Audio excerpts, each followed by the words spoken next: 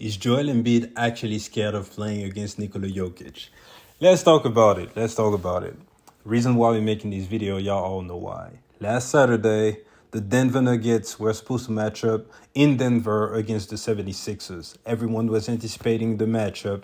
It would have been the second matchup of the season. I really wish they were in the same conference so we could get four, but unfortunately it's only two a year. The first matchup was a very good game in which the Sixers got the W and Joel Embiid dominated at 41, 10, and 7, while the Joker had 20, 19, and 3, if I recall correctly, right? So we were all hyped for the get back or whatever, seeing Nikola Jokic, seeing what he would do in Denver against Joel Embiid if it would be his turn to actually dominate.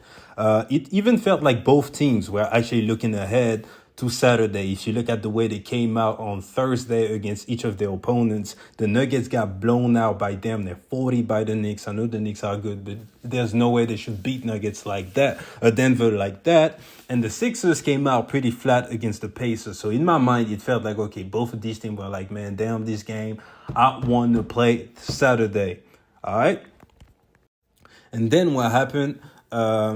They all came out, warmed up, pregame routine, all that. And Joel Embiid, which hasn't played in Denver in 4 years, was ruled out just 15 minutes before the game. And there's an official report from Shams Charania who actually backs up the fact that Joel Embiid, until 15 minutes before the game, was supposed to suit up and play.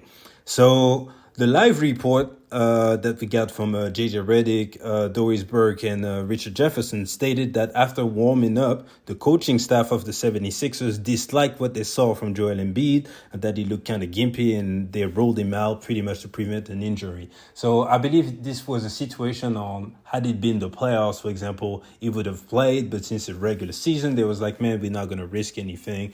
The end goal is for Joel Embiid to be healthy long term, right?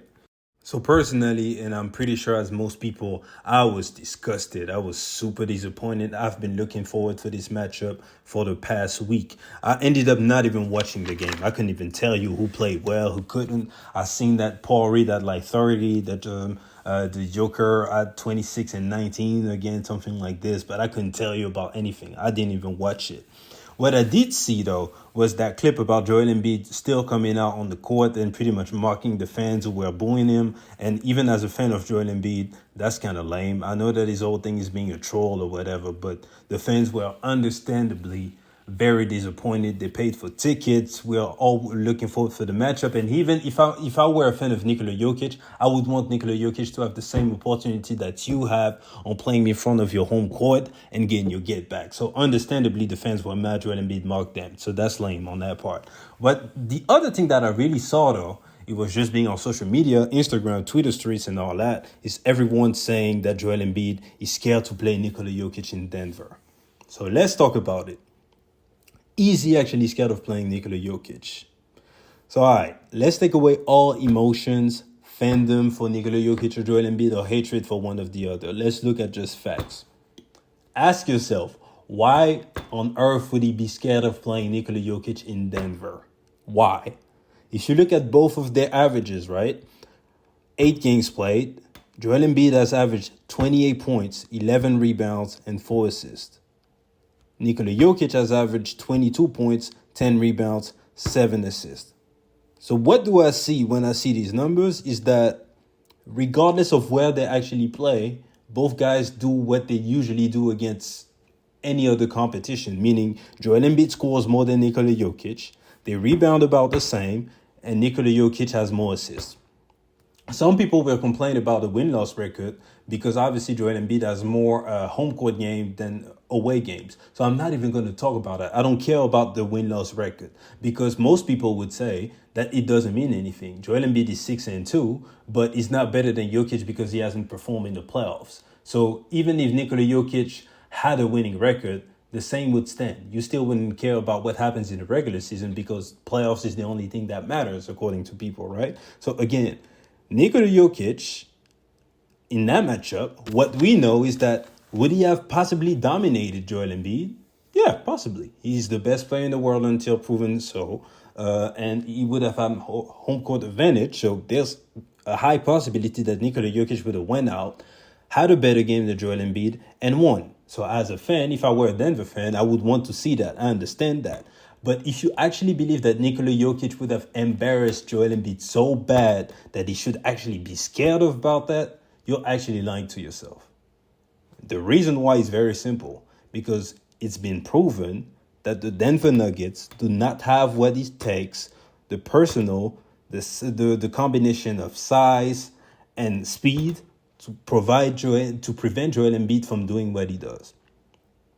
There is no one on the Nuggets that's not Nikola Jokic. That's absolutely not Aaron Gordon. And don't even get me started on 2024 DeAndre Jordan that can stay in front of Joel Embiid. So even if the Sixers went out and lost, Joel Embiid would have still went out there and dropped 30, about 10 rebounds, and the assist kind of depends on what this teammate does. So Joel Embiid has no reason to really be scared of Nikola Jokic. There's just no reason.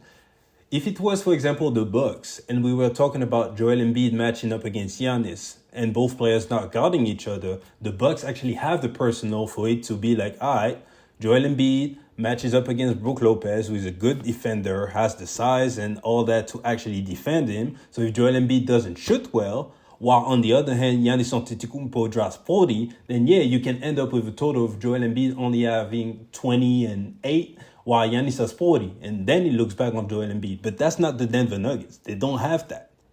And Joel Embiid knows that. So this notion that he should be scared of Nikola Jokic just because of home court is kind of stupid if you think about it. Plus, we know that home court playing away, it really affects role players. But a superstar, especially MVP caliber players like both of these guys are, no matter what the circumstances, they show up and they do what they do.